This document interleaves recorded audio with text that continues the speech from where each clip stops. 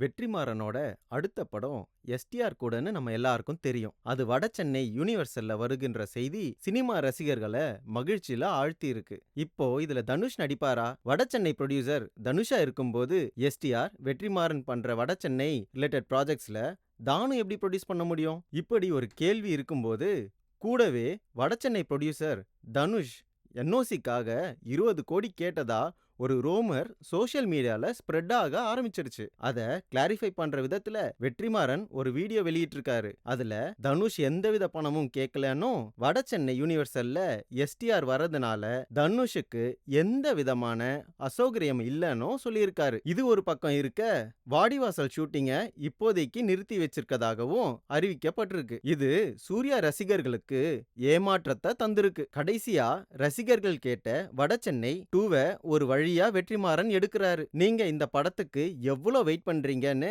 கமெண்ட்ல சொல்லுங்க. சினிமா செய்திகள் தெரிஞ்சுக்க பிளஸ் புரொடக்ஷன்ஸ் இன்ஸ்டா ஹேண்டில ஃபாலோ பண்ணுங்க. வடசென்னை 2 எப்போ?